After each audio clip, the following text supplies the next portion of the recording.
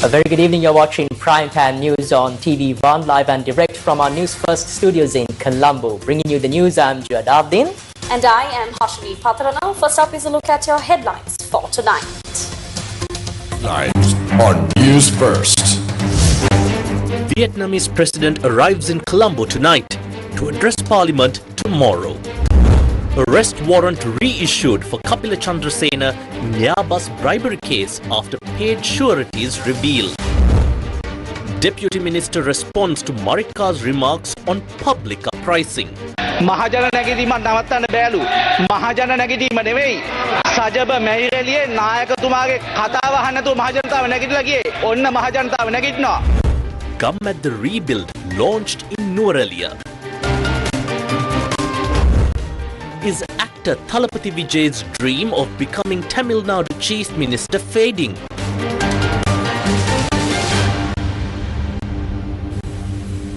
And on to those stories in detail. In your top story tonight, Vietnamese President and General Secretary of the Communist Party of Vietnam, To Lam, is scheduled to arrive in Sri Lanka tonight on a state visit.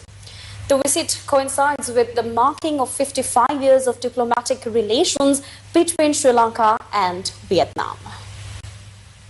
Vietnamese President To Lam's visit is taking place at the invitation of President Anurukumara Dissanayaka, extended during the Sri Lankan leader's state visit to Vietnam last year. This will be the first visit to Sri Lanka by a Vietnamese president in 15 years. According to the president's media division, the visit is expected to provide an opportunity to strengthen bilateral cooperation by drawing on Vietnam's strong political and economic vision as the country emerges as a major global manufacturing hub and one of the world's fastest growing economies. The visit is also expected to create important opportunities for Sri Lanka's industrialization process and efforts to access international markets. An official welcoming ceremony for the President of the Socialist Republic of Vietnam will be held tomorrow at the Presidential Secretariat under the patronage of President Anurukumara Dissanayaka. This will be followed by bilateral discussions between the two leaders. Subsequently, several memoranda of understanding are scheduled to be signed, reflecting the shared commitment of both countries to expand cooperation across various sectors following diplomatic discussions. President To Lam is also scheduled to deliver a special address to the Sri Lankan Parliament. Meanwhile, ahead of his arrival in Sri Lanka, Vietnamese President To Lam undertook an official visit to India. Foreign media reported that during the visit, discussions focused on further strengthening strategic relations between India and Vietnam, including a $629 million BrahMos missile deal and a target of $25 billion annual bilateral trade. The reports further stated that Indian representatives expressed appreciation for Vietnam's invitation to India to contribute to the development of Vietnam's nuclear power sector. The Colombo Chief Magistrate's Court today issued a warrant for the immediate arrest of former Sri Lankan Airlines Chief Executive Officer Kapila Chandrasena for producing two individuals hired for payment as sureties. The warrant was issued after the court considered a motion filed by the Commission to investigate allegations of bribery or corruption, citing a violation of bail conditions and a breach of the court's trust. Kapila Chandrasena, who served as Chief Executive Officer of Sri Lankan Airlines at the time, has been accused of accepting a bribe of $2 million in connection with the procurement of Airbus aircraft by Sri Lankan Airlines in 2013. Following his arrest by the Bribery Commission, Chandrasena was held in remand custody and was released on bail by the Colombo Chief Magistrate's Court the day before. Based on a complaint made by court officials, police examined the Gramiladani certificates submitted by the sureties and arrested the two individuals yesterday. They were later produced before court and remanded. The Bribery Commission informed court today that under the Bail Act, these sureties would be unable to produce the suspect before court if required, and that there was no relationship between the suspect and the sureties presented. The Commission therefore requested the court to cancel the suspect's bail for breaching bail conditions and violating the trust of the court, and to remand him until the conclusion of proceedings under the Anti-Corruption Act. Colombo Chief Magistrate Asanga S. Bodragama ordered that the suspect be arrested and produced before court and directed that the warrant be executed without delay. Meanwhile, in connection with the same Airbus transaction involving alleged bribery, former President Mahinda Rajapaksa, former Aviation Minister Priyankara Jayaratne and Willy Gamage have been summoned to appear before the Commission to investigate allegations of bribery or corruption on the 12th. A petition seeking a writ order to invalidate the detention order imposed under the Prevention of Terrorism Act on former State Intelligence Chief, retired Major General Suresh Saleh, in connection with the Easter Sunday terror attacks, was taken up for consideration today before the Court of Appeal. The matter was heard before a bench comprising President of the Court of Appeal, Justice Rohantabe Surya, and Justice Priyantha Fernando. Appearing for the Attorney General, Deputy Solicitor General Suharshi Herath informed court that the state intends to raise preliminary objections regarding the maintainability of the petition. She stated that the preliminary objections would specifically address whether the Court of Appeal has the authority to entertain the petition. President's Counsel Sanjeeva Jayawardena, appearing for Suresh Saleh, submitted that several commissions and investigative committees were appointed by the government following the Easter Sunday attacks to inquire into the incident. He pointed out that none of those investigations produced any evidence linking his client to the Easter Sunday attacks. President's Counsel Jayawardena further told court that Saleh was not in Sri Lanka at the time the attacks were carried out. He said his client had been attending a defence course at India's National Defence College from January 2019 until November 30th, 2019. The President's Counsel also submitted that investigations against his client had been initiated following statements made by an individual named Azad Maulana, who is currently overseas, to the United Kingdom's Channel 4 television network, and argued that those claims have no evidentiary value. Jayawardena further stated that while serving as head of military intelligence, Saleh had raised concerns at meetings of the National Security Council regarding the growing threat of Islamic extremism in Sri Lanka. He said that those warnings were not acted upon and claimed that authorities instead responded by targeting only the individual who conveyed the messages. The Court of Appeal decided to hear further submissions in the matter on the 4th of June. Samagi Janabalawege parliamentarian Dr. Harsha De Silva says his approach to politics is different and that he has the ability to appreciate what is good while criticizing what is bad. He made these remarks in response to criticism from various quarters, issuing a clarification through social media.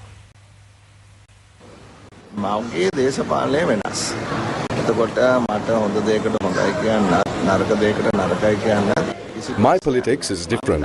That means I have no problem saying something is good when it is good and saying something is bad when it is bad. I think that is what new politics is. Some people cannot accept this. For example, when I served as chairman of the Committee on Public Finance, I always acted in a manner that upheld the dignity of that position. Some people try to misinterpret this. So what I have to clearly say is that the story being spread these days that Harsha De Silva is going to join the government is absolutely not true. Of course, in one sense, there is a certain respect in the idea that the government would want us. But on behalf of thousands of people who voted for us, I want to say that we will honor that trust. I will continue to speak out in Parliament and outside. And what I want to say is do not be misled by these rumors.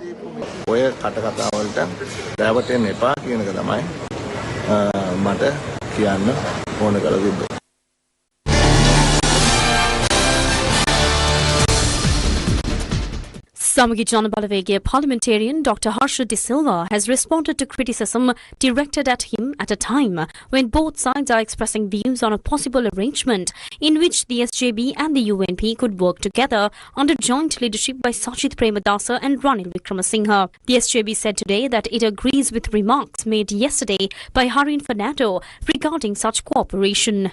If we consider what Harin Fernando said as a centrist position, we welcome it wholeheartedly. You will remember that there have been many instances in this country where political leaders have come together to work jointly. If we take 2015 as an example, many political leaders united to oppose the Rajapaksa regime. There is no reason to turn this into a major issue. We have the right to work with anyone as long as they agree with our principles. SJB-UNP unity is something the majority of people in this country expect. Those who understand arithmetic know what happens when forces come together. That is why there is so much agitation. We agree with what Harin Fernando said. We can work together. Sajid and Ranil are not sworn enemies. Sajid Mahathir, Ranil Mahathir, nahi vairakkaaro neme.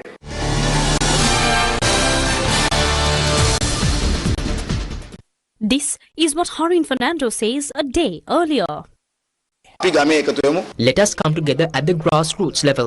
I invite everyone in Sri Lanka to unite. The leader could be Sajid. It could also be Ranil. This effort can move forward under the leadership of both of them. Perhaps in time a new leader may also emerge. Harsha De Silva is there. Ruwan Wijewardena is there. Sujiva Senasinghe is there. Just look at how many capable individuals this party has. Can anyone even come close to these individuals with us? Bullet badu tiකට මේ ළඟට එන්න පුළුවන් ද මේකේ ඉන්න උන්ට.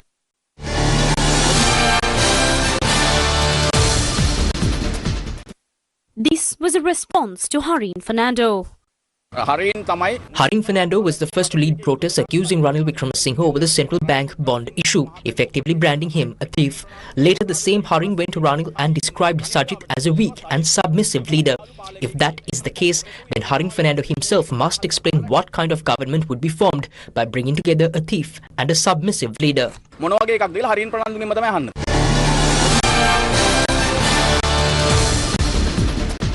Preparations are on the way to form a new political alliance under the leadership of Nama Rajapaksa.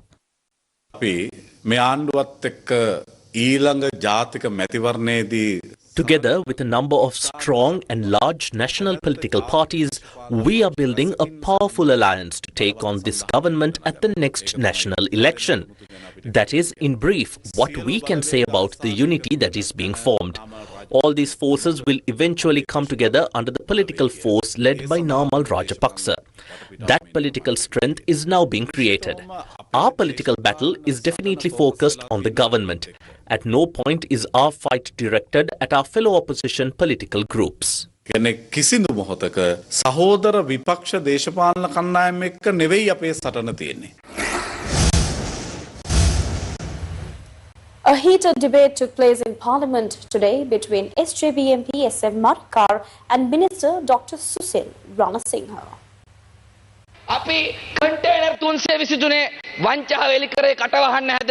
We exposed the issue with 323 containers, but they tried to silence us. However, it did not work for them. The financial loss in the coal scam from just 9 shipments is 8,497 million. The loss from another 9 shipments is yet to be revealed. This will be exposed in another 2 weeks or so. After exposing this in the end, the minister who had been acting like a madman and a rogue had to resign. Right? The finance secretary approved imports blindly until a fraud amounting to $2.5 million took place. The finance secretary was unaware. They say it was hackers. What a drama this is. These so-called hackers supposedly got 14 people to approve what they stole. As of now, the sum lost through the central bank is 18,220 million. This is either a loss to the people of this country or else it ended up in someone's pocket. This includes the NDB issue, the RDA double payments made through the Bank of Ceylon and the payments made through the Postal Department. When all these are added together, it comes to 18,200 million.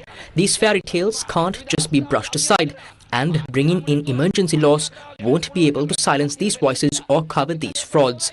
The public's uprising cannot be stopped whether you implement emergency laws or any other laws for this matter.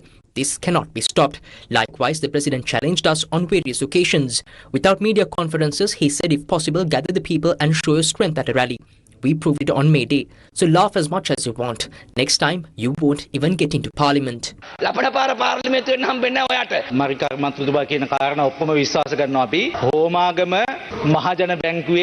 believe everything that MP Marika says. Then, tell us the account details of the mother-in-law's account at the Homagama branch of People's Bank. We are not asking him. We asked you to reveal the details of the mother-in-law's account at the People's Bank in Homagama. If you reveal those details, then we will believe everything you say. So don't just come here into Parliament, spin lies, sling mud and make loud speeches just for show before walking away. හයියට සද්දට කතා කරලා යන්න එපා. මම කිව්වේ හරිද? එහෙම එකක් වෙලා තියෙනවා කියලා හොයලා බලන්න කියලා. What I said is to investigate whether such a thing has actually happened. If they are unable to find out, Jayakodi is over there. Go and ask him. අනේ ජයකොඩි ඉන්න කියලා අහගන්න යාගේ. අපි මරික්කාගේ කට වහන්නේ නැහැ. මරික්කාගේ කට වහන්නෙත් නැහැ. වහන්නෙත් නැහැ. We do not plan on silencing Marika. Marika will not keep quiet, nor will we try to make him quiet. Because if he stays quiet, we will be the ones who lose out. As long as he speaks, it is beneficial to us. Now, Marika was once known to be a good journalist in our country, a good investigative journalist. Then they gave Marika a parliamentary seat and destroyed him. We do not need to silence Marika in order to protect him. If he continues speaking in such a manner, the country will clearly see who Marika really is. He says that a people's uprising cannot be stopped.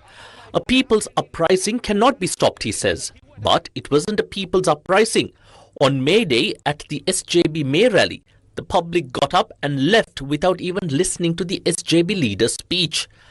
That's how the people are rising up. The people are walking away without even listening to the speech of your party leader. That is how the public is uprising.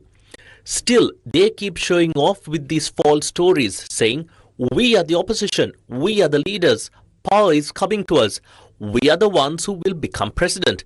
But even their own supporters are getting up and leaving. තමන්ගේ පාක්ෂිකයෝ නැගිටලා යනවා. 2.50 වැඩ කරන්න එපා. මගේ කට වහන්න බෑ. හැබැයි Don't engage in cheap tactics. You cannot silence me. But if the arguments I raised are false, then say the hacker story is false. If the claim that Aswasma payments were made twice is false, then say it is false. If the claim that the NDB bank made those payments is false, then say it is false. If you say the postal department did not make the payments, then say it is false. Nalin the Jatista is the one who said that the payments were made, not me. ගෙවුවා කියලා. ඔයාට බෑ අපේ කට වහන්න කොහොමද? ඔයා නිවෙන්න කෑ ගහන්න එපා. මම කිව්වේ මරි. Honorable MP, please calm down. Do not get agitated. I said we are not silencing Marika. We are not silencing him. We are not going to do that. So it wasn't us who lied. You should explain the details about the mother-in-law's account at the Homagama branch of People's Bank. We will ask Kumara Jayakodi ourselves. If Kumara Jayakodi needs to be questioned, then you should say it openly in Parliament. Isn't that so? Just because lies are shouted loudly does not mean that the people of our country will be fooled. We saw that on May Day. On May Day, they held it by packing everything into one tent inside a single ground. This was the action taken by the country's main opposition. Why didn't thousands of people come? And even the people who came got up and walked away in large numbers while the leader was speaking. You talk about a people's uprising. Well, the people are rising. They rose up by refusing to listen to the leader's speech. Not the public, but your own supporters. Think about that. No matter how loudly lies are shouted, the people of our country will not be deceived.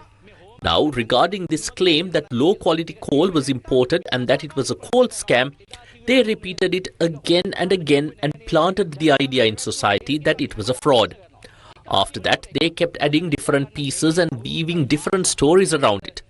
Now, a fully empowered commission has been appointed regarding this coal incident. Go, make these claims to that commission. We are watching you. They said that Minister Kumara Jayakodi took bribes. They said that he took commissions. We are waiting to see whether they will go before this commission and repeat those claims or not. We are also waiting to see whether they will reveal details about this mother-in-law's bank account in Homagama or not. If they do not say it, we will question them forever. Every day we will ask, wasn't that a lie you told back then? Didn't you fail to say it before the commission? Didn't you mislead the people? We will keep asking these forever, one thing after another.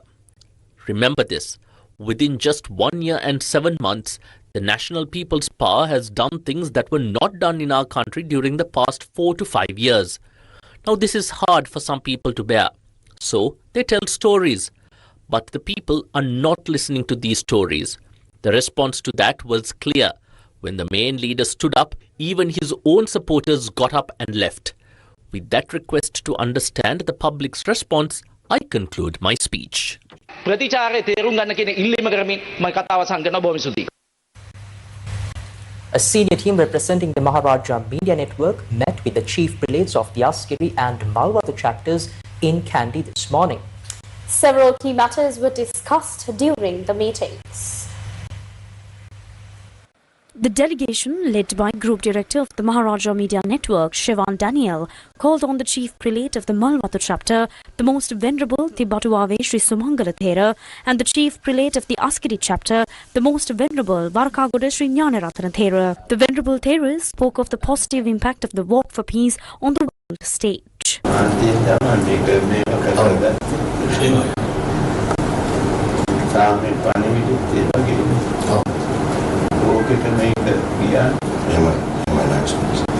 The delegation then briefed the Venerable Theras on plans to organize this year's Vesak events of the Sirasa network in Damulla at the historic Damulla Royal Cave Temple. The delegation also briefed the chief prelates on the launch of the Phase 3 of the Gum at the Rebuild program in Nuwara area. The program is aimed at uplifting the livelihoods of communities affected by Cyclone Ditwa.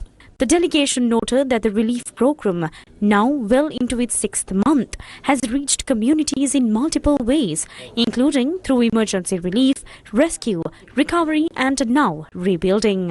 The chief prelates offered their blessings to Gammatha as the movement continues to support affected communities many months after the disaster struck.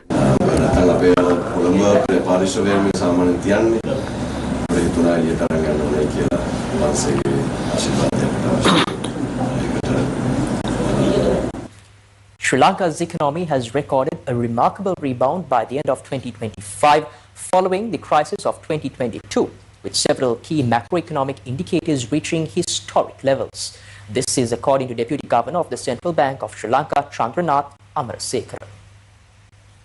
Following the crisis of 2022, Sri Lankan economy by end 2025 displayed remarkable rebound in terms of several macroeconomic indicators. Per capita GDP has increased above $5,000 and the size of the economy has surpassed $100 billion, both for the first time. Real economic growth has been recorded at 5% in 2024 as well as in 2025. Inflation moved towards the target of 5% following a brief period of deflation. With market purchases of $1.7 billion in 2023, $2.8 billion in 2024, and $2 billion in 2025, gross official reserves increased above $6.8 billion by end 2025. Of course, that includes the PBOC swap many people talk about as well. The external current account recorded notable surpluses in 2023, 24 and 25. Private sector credit growth rebounded with the space created by repayments by the public sector, including previously loss-making public utilities. In the fiscal sector, the primary deficits of 5.7% and 3.7% in 2021 and 2022 respectively have turned into surpluses of 0.6% in 2023, 2.2% in 2024 and 5.4% in 2025. The central bank government to GDP ratio has improved to 91.6% in 2025. The government, which owed to state banks through a large overdraft, now has a large surplus maintained as deposits with the banking sector. Nevertheless, repeated shocks that are mostly beyond the control of policymakers suggest that resilience of the economy and people will continue to be tested in the period ahead. The policy spaces built in the aftermath of the crisis as a part of the overall macroeconomic stabilization package were useful for the economy to withstand the impact of the cyclone Ditwa and to absorb some spillovers of the ongoing war in the Middle East, of course with the support of donor agencies. However, we live in an era defined by recurrent and overlapping shocks. Policymakers can never be complacent in their efforts to build buffers and improve the resilience of the economy through diversification and enhancing productivity and efficiency of the economy. Just as national buffers must be rebuilt to withstand further shocks, The resilience of the poor and the vulnerable must also be strengthened. This is why the central bank is now increasingly paying attention to improving financial literacy and inclusive finance. This is why the central bank has embarked on market conduct supervision so that unacceptable practices of financial institutions, both in deposit taking as well as lending, are addressed. I must emphasize here that the responsibility of helping the poor and the vulnerable lies particularly and heavily with the government, which I believe together with the private sector must work towards creating productive jobs and a business-friendly environment. National policies such as the introduction of a nationwide contributory pension and social security system and the promotion of insurance would be essential to support the poor and the vulnerable, reduce the interest dependence of the aging population, and protect the informal sector workers on daily wages who are the most vulnerable when disasters hit the economy and activity comes to standstill. He was speaking at the International Conference on Poverty and Development in Times of Crisis, organized by Center for Poverty Analysis in collaboration with Asian Development Bank. Asian Development Bank Country Director for Sri Lanka, Shannon Cowlin, said Sri Lanka's development path continues to be shaped by decades of repeated shocks that have tested the resilience of the country and its people. The ongoing war in the Middle East, she added, has introduced new risks to an already fragile recovery. Over the last 3 decades, Sri Lanka has faced repeated shocks, from the Asian tsunami and terrorist attacks to the COVID-19 pandemic, a severe economic crisis, and most recently, Cyclone Ditwa. The ongoing war in the Middle East now adds new risks. These shocks have tested the resilience of the country and its people, pushed many people into poverty, and reversed hard-won development gains, including for families that were previously more financially secure. They have exposed deep social vulnerabilities and long-standing structural weaknesses in the economy.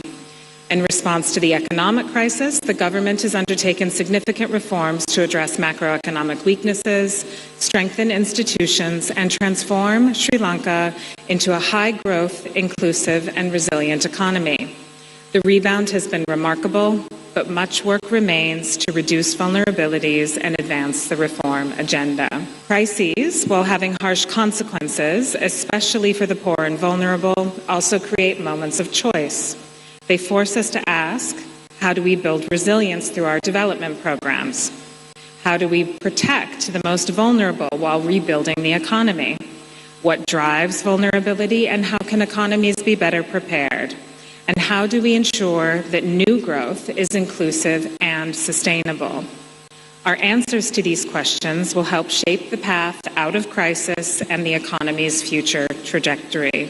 Finding the answers requires honest, well-informed dialogue that brings in a broad spectrum of stakeholders, gives voice to those most affected, and creates space for practical solutions grounded in local and international experience. Development in times of crisis and recovery is more than financing reconstruction or restoring business as usual. In the aftermath of shocks, development efforts must be responsive and innovative, while remaining resilient and staying the course so that long-term outcomes are not deferred by the next crisis. To respond effectively, we must build flexibility into policies and programs, establish contingency mechanisms, and ensure social protection can be rapidly scaled during crises.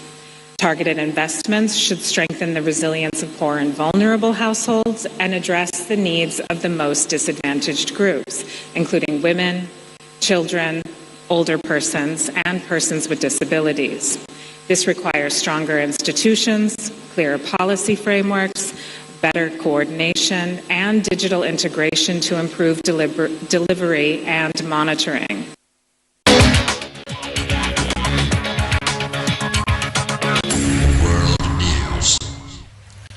Hashni, now moving on to the international arena, the United States and Iran remain locked in a tense standoff following more than 2 months of direct military confrontation that began in late February.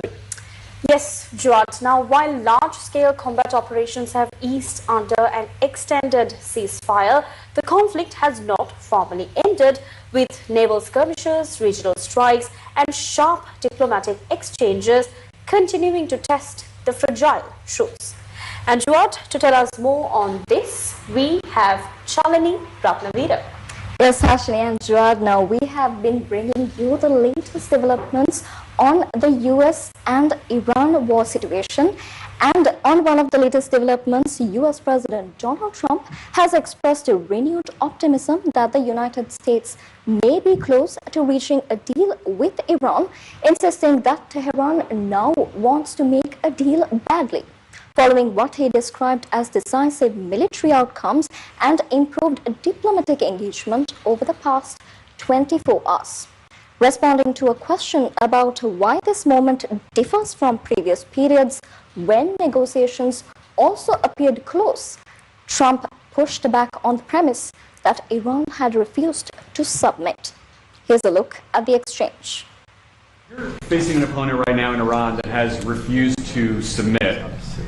You seem optimistic now that you may be closer to a deal. What's different about this moment now than in other moments where a deal has seemed close? Well, why do you say they refused to submit? You don't know that. You don't know what's going on. They were firing on U.S. ships a few days ago. Yeah, no, a few days ago is a long time ago. You know, in the world of war, a few days ago. No, they want to make a deal badly. And we'll see if we get there. If we get there, they can't have nuclear weapons. You know, it's very simple. But what's not to submit? So they had a Navy with 159 ships, and now every ship is blown to pieces and lying at the bottom of the water. They had an Air Force, lots of planes, and they don't have any planes. They don't have any anti-aircraft. They don't have any radar. Missiles are mostly decimated. They have some. They have probably 18, 19%, but not a lot by comparison to what they had. And their leaders are all dead. So I think we won. Now it's only a question of, look, if we left right now Iran, it would take them 20 years to rebuild. You would call that, we're in good shape, right? Fantastic. We're in good shape. And now we're doing well. Now we have to get what we have to get. If we don't do that, we'll have to go a big step further. But with that being said, they want to make a deal. We've had very good talks over the last 24 hours, and it's very possible that we'll make a deal. What are the status of these talks? They're very good. Just give some insight as to where we are at this point. And we've had some good talks before, as you know. Right. And all of a sudden, the next day, they're like, they forgot what happened. You know, they're proud, like these guys are proud. Nobody more proud than these guys. Sometimes they fight on pride because, you know, they're injured, they're hurt. No matter how great you are, you get hit by somebody else that looks like them. It's very tough, but they have great pride. These people have great pride. The others do too. Enemies have great pride. Now, in another development, Pakistan said it expects that a deal between the US and Iran will happen soon without giving any time frame. Foreign Ministry spokesperson Tahir Andrabi has said that Islamabad would welcome a settlement between Iran and the US wherever it may be reached. Moving on to Pakistan's facilitative and mediation role between Iran and the United States, the Prime Minister of Pakistan, His Excellency Mohammad Shahbaz Sharif, in an important statement yesterday, appreciated the timely announcement regarding the pause in Project Freedom in the Strait of Hormuz. The Prime Minister noted that Pakistan remains firmly committed to supporting all efforts that promote restrained and peaceful resolution of the conflict through dialogue and diplomacy. The Prime Minister expressed the hope that current momentum will lead to a lasting agreement that secures durable peace and stability for the region and beyond. Now, in the meantime, Israeli Prime Minister Benjamin Netanyahu says that he will speak with US President Donald Trump tonight, as the US is reportedly moving toward an agreement with Iran to end the war before resolving Iran's nuclear program. Netanyahu said at a Security Cabinet meeting that there is full coordination between Israel and the US, and people of both parties are in contact on a daily basis. We are maintaining continuous contact with our friends in the United States. I speak with President Trump almost on a daily basis. My people and his people are in contact on a daily basis, including today. And I will also speak with President Trump later tonight. There is full coordination between us. There are no surprises. We share common objectives, and the most important objective is the removal of enriched material from Iran. All of the enriched material and the dismantling of Iran's enrichment capabilities. President Trump believes he can achieve this one way or another. However, we are prepared for any scenario, and that is the directive I have given to the IDF and our security agencies as well. Israel is stronger than ever. Iran and its proxies are weaker than ever. ישראל חזקה מאי פעם, איראן וגורותיה חלשות מאי פעם. Now, while the world watches power struggles between nations, Tamil Nadu is witnessing its own political power struggle. Now, can actor Thalapathy Vijay, real name Joseph Vijay, become the Chief Minister of Tamil Nadu? Although his party TVK, the Tamil Vetri Kalagam, has secured 108 seats, the issue of forming the Tamil Nadu state government remains unresolved. Thalapathy Vijay today once again met with Tamil Nadu Governor Rajendra Vishwanath Arulekha, requesting that he be invited to form a government. Vijay reportedly stated that he would prove his majority on the floor of the assembly after being sworn in as Chief Minister. Foreign media reports say the discussions lasted for nearly an hour. To establish a majority, Vijay requires the support of 6 more legislators, and the Communist Party of India has stressed that he should be given more time to secure that support. The party's State Secretary Veerapandiyan has stated that it is undemocratic for the governor to insist on proof of majority before allowing a swearing-in. It is also reported that VCK party leader Thol Thirumavalan has said that Vijay should be allowed to take the oath as Chief Minister. Meanwhile, the ADMK is making strong efforts to form a government with the support of the DMK. Reports indicate that the DMK has decided to extend outside support while functioning as the opposition. However, ADMK Deputy General Secretary KP Munusamy has stated that under no circumstances would his party support Thalapathy Vijay's party. The Congress party, which holds 5 seats, joined Vijay's alliance yesterday, and Indian media reports say that he is also holding discussions with leftist parties and parties such as the PMK to secure the remaining 6 legislators. According to those reports, the swearing-in ceremony scheduled for today has been postponed as the governor has requested the submission of a complete list of supporting legislators.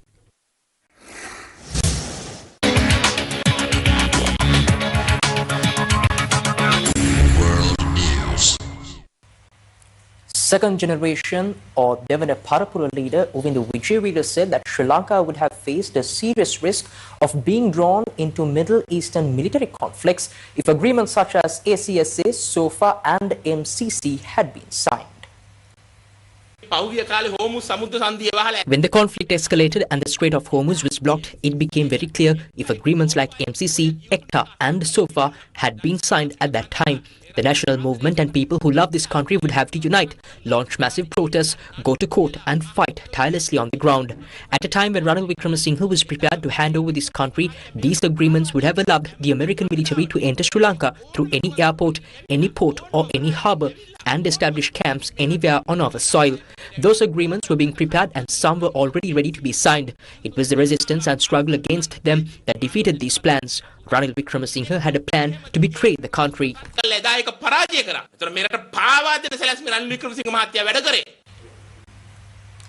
The Gamma Rebuild program aimed at supporting communities affected by Cyclone Ditwa was launched today in Nuwara, marking a new chapter of hope and recovery for families whose lives were disrupted by the disaster.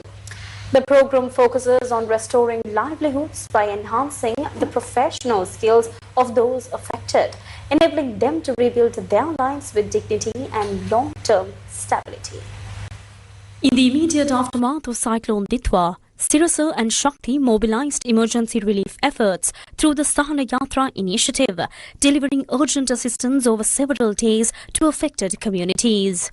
The next critical step was helping these communities rise again, moving beyond relief towards recovery. Accordingly, the Government Care and Dare program was implemented across several districts. Following this, the Government Rebuild program was launched as the third phase in rebuilding a nation rising after Cyclone Ditwa. The program is designed to improve the professional capacity of people engaged in various trades who were affected by the cyclone, empowering them to restart their livelihoods stronger than before. The inaugural ceremony was held today at the Noor Elliott Technical College premises under the patronage of Noor Elliott District Secretary Tushari Thennakon. Also in attendance were Priyantha Fernando, Assistant Director of the National Apprenticeship and Industrial Training Authority, Sujeeva Mathagadara, Principal of the Noor Elliott Technical College, Gyan Udyoga, Assistant Manager of Gamadda, along with several other officials. Throughout the day, special training programs were conducted for workers in fields such as masonry, carpentry, electrical work, metal fabrication, plumbing and garment design, professions that form the backbone of rural livelihoods. The program is being jointly implemented by the National Apprenticeship and Industrial Training Authority, the Department of Technical Education and Training, and Gamadda. රැකියාවක් කරන අය ඒ වගේ රැකියාව බලාපොරොත්තු වෙන අයට ගොඩක් වටිනවා. ඇත්තටම මම ප්‍රයෝජන ගත්තා. මේ ගොඩක් වටිනවා අපිට මේ වගේ ට්‍රේනින් අපේ ජීවිතේට ලොකු උදව්වක් කියලා මම හිතනවා. මම මහාන කෙනෙක් ස්වයං රැකියාවක් විදිහට මෙහෙම කරනවා. නමුත් මෙතනට ආවට පස්සේ මට තිබුණ දැනුමට වඩා මම විශාල දැනුමක් ලබා ගත්තා. ඇත්තටම ගොඩක් සතුටුයි. A certificate award ceremony and distribution of tools is scheduled to take place tomorrow, further strengthening participants' ability to rebuild their livelihoods and their futures. From emergency relief to long-term empowerment, Gamadda Rebuild stands as a powerful reminder that recovery is not just about rebuilding structures, but about restoring lives, skills and hope.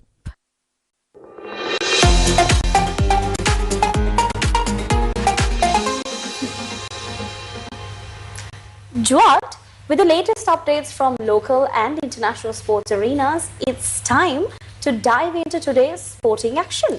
Yes, Hashini. So, Steven, what's making headlines today?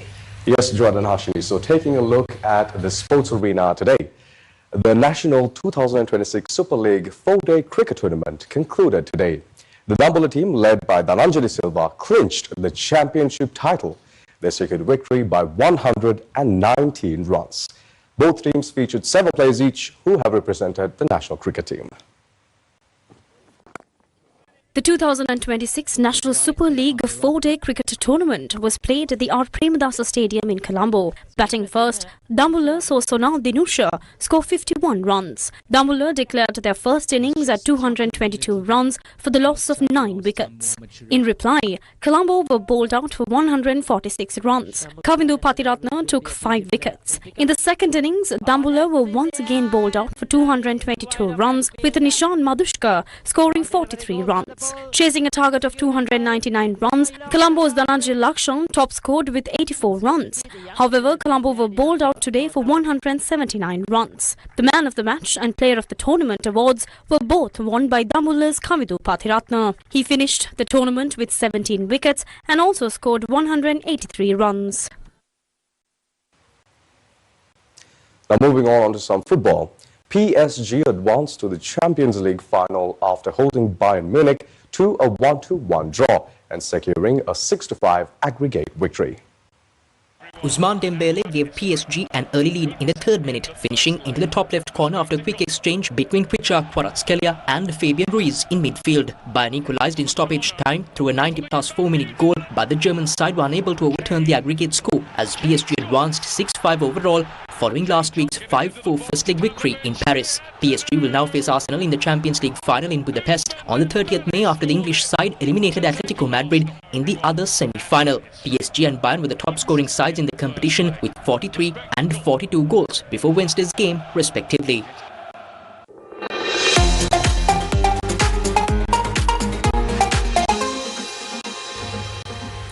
With that, we wrap up Primetime News for tonight. Thank you for watching. Good night.